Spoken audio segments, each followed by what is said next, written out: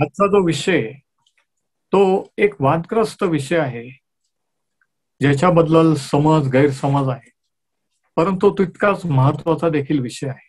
तुम्ही पाहिलं असेल युट्यूबवर, फेसबुकवर बरेच लोकांच्या भविष्यवाण्या, बरेच लोकांचे स्वप्नातले दृष्टांताचे अनुभव आणि वेगवेगळ्या गोष्टी या सांगितल्या जातात आणि काही वेळेस त्या परस्पर विरोधी देखील आहेत. तर कोण काय म्हणतं हे न पाहता देवाचं वचन काय सांगतं हा जसा नेहमीच आपला दृष्टिकोन, तर शास्त्र त्याच्याविषयी काय सांगतं स्वप्न आणि दृष्टांताच्या विषयी ते आज आपण पाहणार आहोत. आता कोणी अशी व्यक्ती नाही की ज्यांनी कधी स्वप्न पाहिलेलं नाही, नाही का? दृष्टांताचा सोडा, परंतु स्वप्न लहान असो, मोठे असो, वयस्कर असो, कोणी ना कोणी केव्हा ना केव्हा पाहिलेले आहेत. आणि देवाच्या लोकांचे नेहमी असे प्रश्न असतात की एखादं जर स्वप्न पडलं तर ते देवापासून आहे की नाही हे आपण कसं ओळखू शकतो? देव खरंच स्वप्नाच्या द्वारे बोलतो का? आणि जर बोलतो तर कसं? त्याच्यापेक्षा महत्वाचं आहे की देव आजही आपल्याशी बोलतो का? आणि शास्त्र सांगतं की प्रभू येशू ख्रिस्त काल, आज आणि युगानुयुग सारखा आहे. मलाकी 3 मध्ये परमेश्वर म्हणतो की मी परमेश्वर जो असाव्याचा तोच आहे, मी परमेश्वर बदलत नाही. जर देव बदलत नाही आणि तो जरा जिवंत आहे, युगानुयुग जिवंत आहे, तर तो बोलू शकतो, नाही का? म्हणून हे लॉजिकल आहे. तर देव आपला जो देव सृष्टीचा निर्माण करता, तुमचा आणि माझा निर्माण करता, तो युगानुयुग जिवंत असा देव आहे. तो बोलणारा चालणारा देव आहे. पवित्र शास्त्रामध्ये ड्रीम किंवा स्वप्न हा शब्द आपल्याला 121 वेळा आढळतो आणि दृष्टांत हा शब्द 64 वेळा आढळतो. आणि स्वप्न काय, दृष्टांत काय, स्वप्न ते कशासाठी पडतात हे आता आपण पाहू. सुरुवातीला आपण प्रेषितांची कृत्याचा 2रा अध्याय आणि 17 वचन पाहूया. ऍक्ट्स चॅप्टर 2 वर्स 17. आणि 2ऱ्या अध्यायामध्ये चर्चच्या इतिहासात दिलेला पहिला उपदेश आहे. आणि तो पहिला उपदेश 2-3 कोली नाही तर पेत्राने दिलेला आहे. आणि त्यावेळेस पेंटिकॉस्टचा दिवस होता. पवित्र आत्मा त्यांना मिळालेला होता प्रभू येशूच्या वचनानुसार. आणि पेंटिकॉस्टच्या सणासाठी सर्व जाती धर्माचे देशाचे लोक यरुशलेम जमलेले होते. आणि त्यावेळेस त्याने काय म्हटलं बघा, ज्यावेळेस काही जणांना शंका आली की पवित्र आत्म्याने भरलेले लोक आहेत की नाही, त्यावेळेस तो काय म्हणतो बघा. प्रेषितांची कृत्ये 2 आणि वचन 17. देव म्हणतो, शेवटल्या दिवसात असे होईल की मी आपल्या आत्म्याचा मनुष्य मात्रावर वर्षाव करेन, तेव्हा तुमचे पुत्र व तुमच्या कन्या संदेश देतील. म्हणजे शेवटच्या काळी. आणि ही घटना जवळजवळ 2020 वर्षापूर्वी झालेली आहे. आता तेव्हा जर शेवटचा काळ होता तर आजचा कोणता काळ आहे विचार करा. शेवटच्या काळाचा शेवटचा काळ, शेवटचे काही दिवस किंवा तास आहेत असं म्हणता येईल. आणि तो म्हणतो की परमेश्वर म्हणतो की शेवटच्या दिवसात मी आपल्या आत्म्याचा मनुष्य मात्रावर वर्षाव करेल. म्हणजे पवित्र आत्म्याचा मनुष्य मात्रावर, फक्त चर्चेसवर नाही, फक्त ठराविक ग्रुपवर, लोकांवर नाही, तर मानव जातीवर, मनुष्य मात्रावर. आणि त्यावेळेस काय होईल? पवित्र आत्म्याचं दान मिळाल्यानंतर की तुमचे पुत्र व तुमच्या कन्या संदेश देतील. त्या ठिकाणी ओरिजिनल शब्द आहे प्रॉफेसी किंवा भविष्यवाणी. तुमच्या तरुणांना दृष्टांत होतील. संदेश हा शब्द अंडरलाईन करा, दृष्टांत हा शब्द अंडरलाईन करा. आणि 3री गोष्ट, तुमच्या वृद्धांना स्वप्ने पडतील. संदेश, दृष्टांत आणि स्वप्न या 3 गोष्टी कशाचा परिणाम आहे? पवित्र आत्म्याचा वर्षाव झाल्यानंतर, पवित्र आत्मा मिळाल्यानंतर. तर ही जी भविष्यवाणी पेत्राने त्या दिवशी केली, त्याने सांगितलं की हे जे तुम्ही पाहत आहात, हे जे आम्ही वेगवेगळ्या भाषांमध्ये बोलून, हे जे मी तुमच्याशी बोलत आहे, काय प्रकार आहे? 16 वचन, प्रेषित 2 आणि 16. हा प्रकार योएल संदेशाच्या द्वारे सांगितलेल्या संदेशाप्रमाणे घडला आहे. म्हणजे जुन्या करारात योएल नावाचा जो संदेष्टा होता, त्या योएलाच्या पुस्तकात 2 अध्यायाच्या 28व्या वचनात आपण वाचतो आणि त्याचा रेफरन्स देऊन पेत्र या ठिकाणी सांगतो की जी भविष्यवाणी योएल संदेशाच्या द्वारे जुन्या करारामध्ये परमेश्वराने केलेली होती त्याची पूर्तता ही आहे. त्याची पूर्तता पेंटिकॉस्टच्या दिवशी प्रेषित 2:17 मध्ये झाली. शेवटच्या काळामध्ये काय होईल? संदेश, स्वप्न आणि दृष्टांत. आणि आज ते घडत आहे. Dreams, visions and prophecies. पाहिजे तेवढे तुम्हाला युट्यूब आणि फेसबुकवर वेगवेगळ्या लोकांकडून पाहायला मिळतील. परंतु हे सर्व असताना नेमकं कोण खरं किंवा खरं कसं ओळखायचं हे महत्वाचं आहे.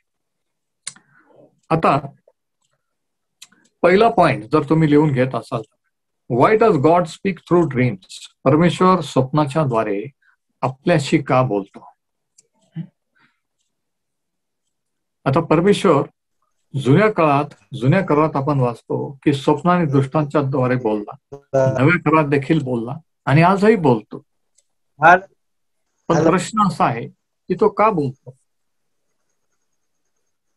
का तो स्वप्नाच्या द्वारे बोलतो? इयोबाचं पुस्तक याचा 33वा अध्याय, जोब 33. इयोब 33 आणि वचन 15 ते 18 मध्ये इयोब याविषयी काय म्हणतो बघा. इयोब 33 वचन 15, 14 पासून आपण वाचूया. जोब 33:14. देव एका प्रकारे नव्हे तर 2 प्रकारे मनुष्याशी बोलतो. इयोब 33 आणि वचन 14 तुमच्या शास्त्रात बघा. देव एका प्रकारे नव्हे तर 2 प्रकारे मनुष्यांशी बोलतो, पण तो त्याकडे चित्त देत नाही किंवा लक्ष देत नाही. आता हे 2 प्रकार कोणते? 15 वचन. स्वप्न स्थितीत, रात्रीच्या दृष्टांतात. बघा, स्वप्न स्थितीत आणि रात्रीच्या दृष्टांतात मनुष्य गाढ निद्रेत असता, तो बिछाण्यावर पडून झोप घेत असता देव त्याचे कान उघडतो, त्याला प्राप्त झालेल्या बोधावर तो मुद्रा करीतो. आता या ठिकाणी देव स्वप्नाच्या द्वारे का बोलतो याचे 3 कारण सांगितलेले आहेत. 3 reasons फॉर ड्रीम्स. पहिलं कारण असं की टू सील आवर इन्स्ट्रक्शन. असं लिहिलेलं आहे 16व्या वचनाच्या शेवटी की तो मुद्रा करतो. मुद्रा म्हणजे सील है ना, जसं आपण स्टॅम्प मारतो, सील. तर आपल्या बोधावर, आपल्याला दिलेल्या बोधावर किंवा आपल्याला जे काही त्याने सूचना दिलेल्या आहेत, बोध केलेला आहे, तो शिक्कामोर्तब करतो. आता मुद्रा किंवा सील या ठिकाणी वापरलेला मूळ इब्री शब्द आहे डायरेक्शन किंवा ऍडमॉनिशन, बोध किंवा दिशा दाखवणे. म्हणजे काय? म्हणजे देव स्वप्न आणि दृष्टांच्या द्वारे आपल्याला जशी एक दिशा दाखवतो, आपल्याला बोध करतो, आपल्याला सांगतो.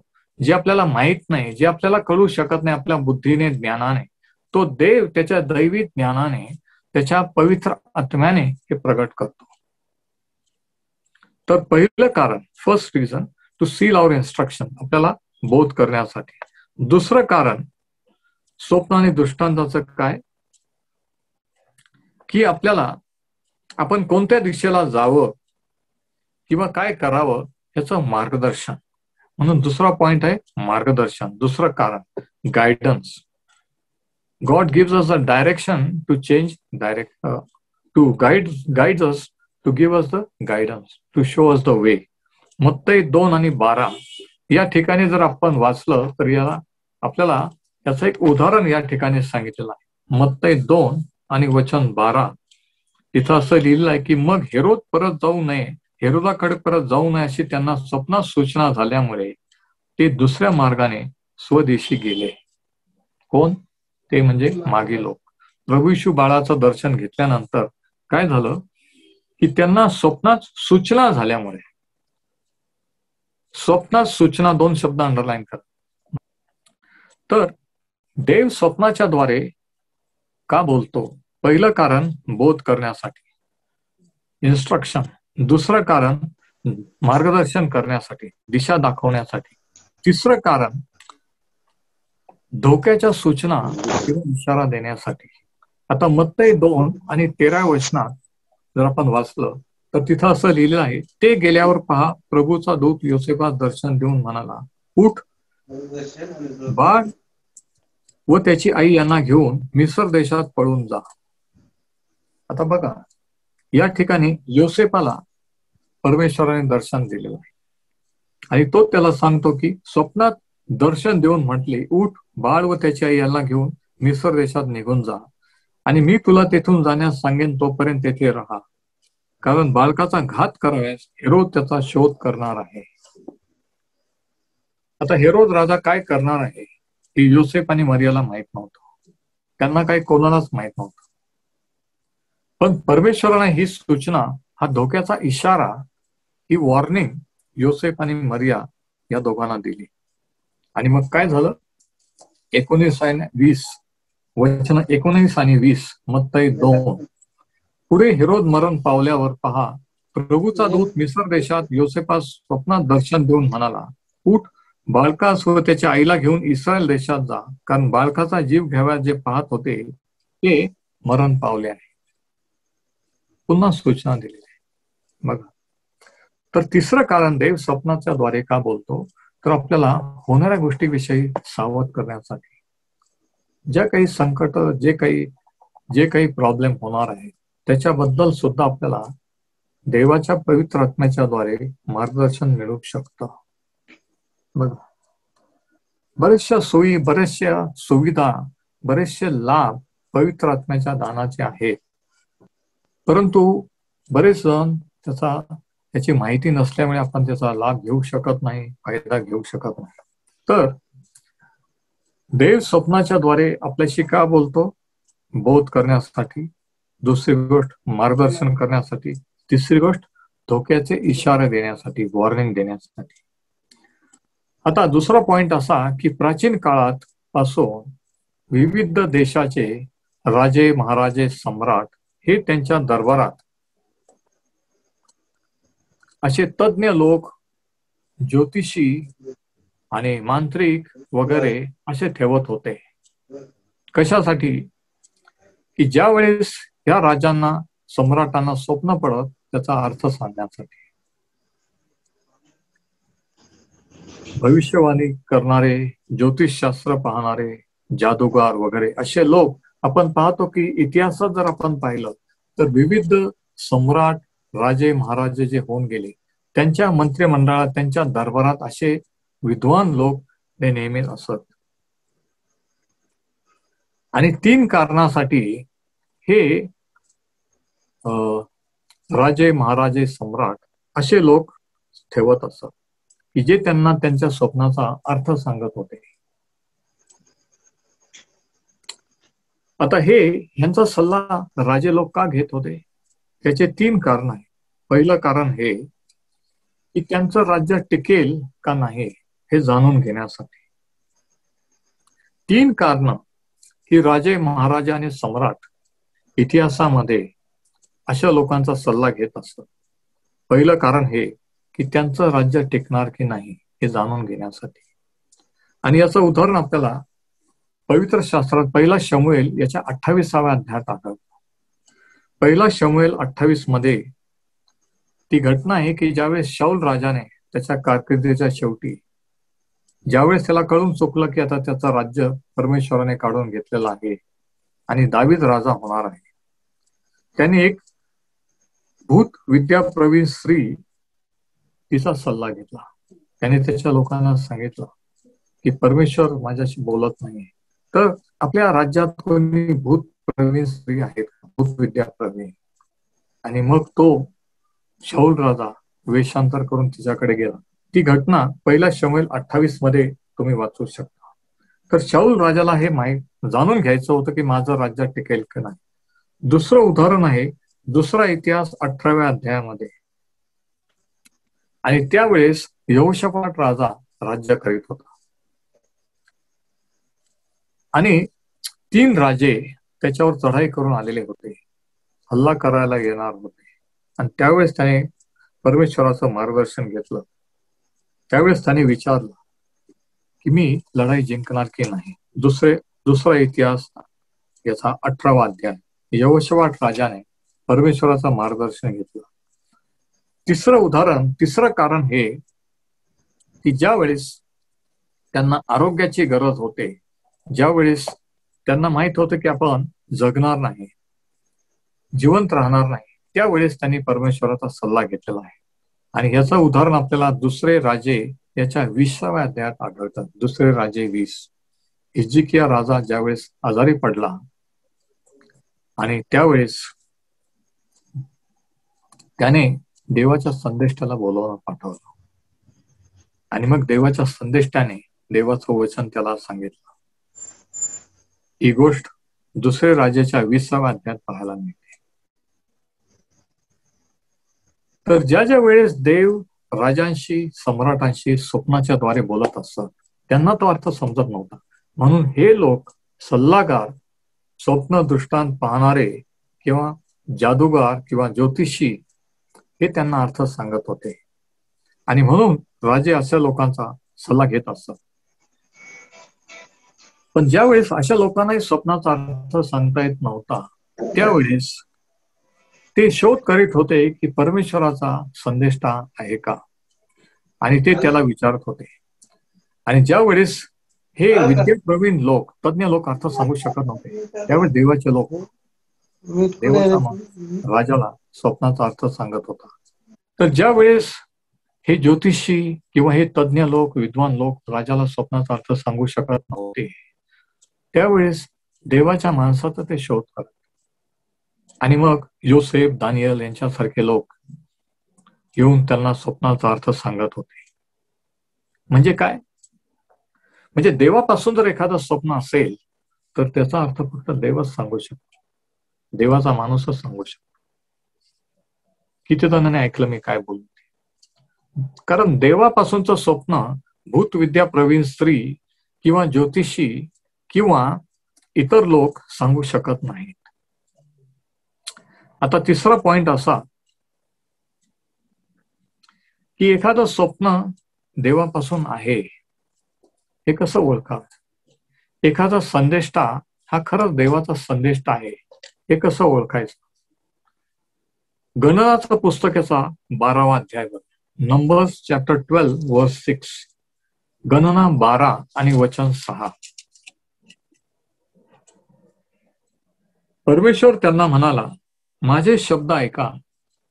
तुमच्यामध्ये कोणी संदेष्टा असल्यास मी त्याला दृष्टांतात प्रगट होतो आणि स्वप्नात मी त्याच्याशी भाषण करतो.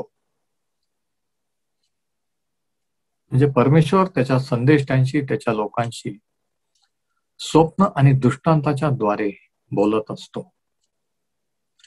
मी त्यांच्याशी प्रत्यक्ष स्पष्टपणे बोलत असतो, गूढ अर्थाने बोलत नसतो. परमेश्वराचे स्वरूप माझा सेवक मोशेच्या दृष्टीत पडला असता. आणि मग पुढे त्याने सांगितलं, तर खरे संदेष्टे की ज्यांना देवाने काही संदेश दिलेला आहे सांगण्यासाठी राजाला किंवा प्रजेला, तर त्यांच्याशी देव स्वप्न आणि दृष्टांताच्या द्वारे बोलत असते. आणि ज्यावेळेस ते घडून येत असत त्यावेळेस परमेश्वराने सांगितलं की तुम्ही त्यांच्यावर विश्वास ठेवावा. आणि शेवटचा पॉइंट आज असा की पवित्र शास्त्राचे उदाहरण की देव त्याच्या लोकांशी स्वप्न आणि दृष्टांताच्या द्वारे बोलत असते. आता एक गोष्ट महत्वाची लक्षात घ्या की देव स्वप्न आणि दृष्टांताच्या द्वारे केवळ त्याच्या लोकांशीच नाही, तर जे त्याचे लोक नाहीत, जे त्याला मानत नाहीत, विश्वास ठेवत नाहीत, असे राजे, असे सम्राट, असे लोक त्यांच्याशी सुद्धा बोलतो आणि बोललेला आहे. महत्वाचा पॉइंट आहे. देव फक्त त्याच्या संदेष्टांची, त्याच्या लोकांशीच नाही तर इतरांशी सुद्धा बोलू शकतो. कारण तो देव आहे. तुम्ही म्हणाल असं कसं? कारण तो देव आहे. तो जगाचा, सृष्टीचा, त्यांचाही निर्माण करता आहे. उदाहरणार्थ उत्पत्तीचं पुस्तकाचा 20वा अध्याय याच्या ठिकाणी उत्पत्ती 20 मध्ये आपण वाचतो की अभिमलेख राजा त्याने पाहिलं की अब्रामाची पत्नी सारा ही सुंदर आहे आणि तो तिला राणी करणार होता आणि म्हणून तिला बोलावणं पाठवलं. परंतु परमेश्वराने अभिमलेखाला स्वप्नात दर्शन देऊन सांगितलं की ती एका माणसाची बायको आहे. आता अभिमलेख हा विधर्मी होता, तो काही आकाश पृथ्वीच्या देवाला मानणार नव्हता, पण आकाश पृथ्वीच्या देवाने त्याला सांगितलं, स्वप्नाच्या द्वारे त्याच्याशी बोलला. दुसरं उदाहरण, आता काही ठळक उदाहरण आपण पाहतो उत्पत्ती 31 मध्ये की याकोब आणि त्याचं कुटुंब ज्यावेळेस लाबानापासून आपल्या घरी परतणार होतं त्यांच्या देशाला, त्यावेळेस परमेश्वराने याकोबाला दर्शन देऊन स्वप्नाच्या द्वारे त्याच्याशी बोलला. उत्पत्ती 37 मध्ये योसेफाला देवाने लहानपणी स्वप्नाच्या द्वारे त्याचं भवितव्य दाखवलं. त्याचंच नाही तर त्याच्या घराण्याचं, त्याच्या भावंडांचं देखील. उत्पत्ती 37 दोन वेगवेगळ्या स्वप्नांमध्ये. उत्पत्ती 40 मध्ये तुरुंगात असताना योसेफाने त्या दोन व्यक्तींचा स्वप्नाचा अर्थ त्यांना सांगितला. उत्पत्ती 41 मध्ये फारो राजाला जे स्वप्न पडलं होतं त्या राजाचा स्वप्नाचा अर्थ त्याने सांगितला आणि त्याने तो अर्थ सांगितल्यामुळे आपल्याला माहित आहे की एका दिवसात तो मिस्र देशाचा पंतप्रधान झाला. देवाचं दान माणसाला राजापुढे, मोठ्या लोकांपुढे नेत असते. दैवी दान, पवित्र आत्म्याचे दान हे आपल्याला रात्रीतून परिस्थिती बदलत, रात्रीतून आपलं सिच्युएशन, आपलं लाईफस्टाईल बदलत असते. Praise the Lord. शास्त्रेच्या पुस्तकाच्या 7व्या अध्यायामध्ये, शास्त्रे 7 मध्ये गिदोनाला स्वप्न पडलं. गिदोनाने ऐकलं शत्रूच्या छावणीत गेल्यानंतर की ते लोक आपसात चर्चा करीत आहेत स्वप्नाविषयीची, आणि त्याला विश्वास झाला की परमेश्वर मला विजयी करणार आहे. आज तुम्हाला जर असं स्वप्न पडलं तर तुम्ही काय मागाल? आज तुम्हाला जर देवाने विचारलं की तुला जे पाहिजे ते माग, मी तुला देईन. पहिले राजे 3ऱ्या अध्यायामध्ये. आणि मग दानिएलाच्या पुस्तकाच्या दानिएल 3, 4 आणि 7 मध्ये दानिएलला पडलेले स्वप्न आहेत. आणि नव्या करार देखील आपण पाहतो की मागे लोकांना योसेफ, मरिया वगैरे वगैरे. तर दोन्ही जुन्या आणि नव्या करारामध्ये आपण पाहतो की परमेश्वर देव स्वप्न आणि दृष्टांच्या द्वारे बोललेला आहे. आता स्वप्नाचं हे दान आहे का? दान असतं का? हो. 3 गोष्टी. पहिली गोष्ट, काही घराण्यामध्ये पिढ्यानपिढ्या त्यांच्या DNA मध्ये असल्यामुळे काही जणांना हे ओरिजिनल गिफ्ट असते मुळातच. मग ते देवावर विश्वास ठेवणारे असोत नसोत, हे पहिलं कारण की स्वप्न पाहणं हे एक दान आहे. दुसरं कारण, एक नॅचरल गिफ्ट, नैसर्गिक गिफ्ट असते कोणाला, एखाद्याला. आता दान, देणगी किंवा गिफ्ट हे कोणी कमवू शकत नाही, हे देवाने दिलेलं असतं किंवा हे गिफ्ट म्हणून असतं. आणि तिसरं कारण हे की पवित्र आत्म्याचं दान मिळाल्यानंतर पवित्र आत्म्याच्या द्वारे ते स्वप्न आणि त्याचा अर्थ आपल्याला कळू शकत असतो. तर हे आहे पहिल्या भागामध्ये स्वप्न आणि दृष्टांताच्या बद्दल. आज आपण काय पाहिलं थोडक्यात मी रिकॅप सांगतो. कारण प्राचीन काळामध्ये देव वेगवेगळ्या राजे, महाराजे, सम्राट यांच्याशी, मग ते विश्वासणारे असो, कोणत्याही दैवताची भक्ती करणारे असो, देव त्यांच्याशी बोललेला आहे. तिसरी गोष्ट आपण पाहिली की परमेश्वरापासून जे स्वप्न आणि दृष्टांत असतात ते परमेश्वर त्याच्या संदेशांना दाखवत असतो आणि ते घडून येतात. ते घडून आल्यानंतर देवाचे लोक त्याच्यावर विश्वास ठेवतात. म्हणजे देव त्याच्या संदेशांशी, त्याच्या निवडलेल्या लोकांशी स्वप्न आणि दृष्टांताच्या द्वारे बोलतो. आणि चौथा पॉइंट आपण पाहिला की काही उदाहरण जुन्या आणि नव्या काळात. आणि ते 3 कारण स्वप्न पडण्याचे. तर आज आपण इथेच थांबू आणि हा पहिला भाग होता. पुढच्या भागामध्ये पुढच्या बुधवारी आपण पाहू की एखादं स्वप्न किंवा दृष्टांत देवापासून आहे किंवा नाही, हे आपण कसं ओळखावं, कसं आपण समजू शकतो की एखादं स्वप्न देवापासून आहे की नाही, हे आपण पुढच्या आठवड्यात पाहूया. परमेश्वर आजचं हे वचन आशीर्वादित करू. Praise the Lord. हालेलुया.